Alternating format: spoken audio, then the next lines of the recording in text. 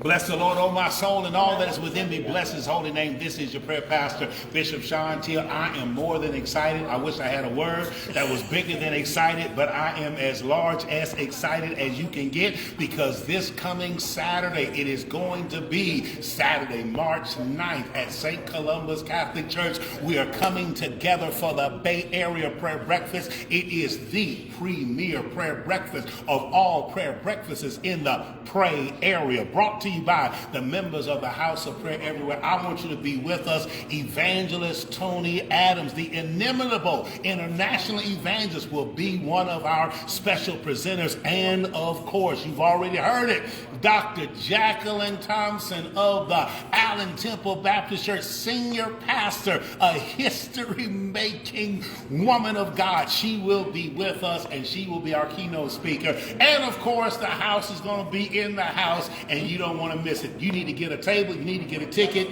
Reach out to us. There's information all around you. Welcome to House of Prayer Everywhere. Welcome to the premier 5th annual Bay Area Prayer Breakfast. I'm looking forward to seeing you there. Come on, tap in. Be a part of what God is doing.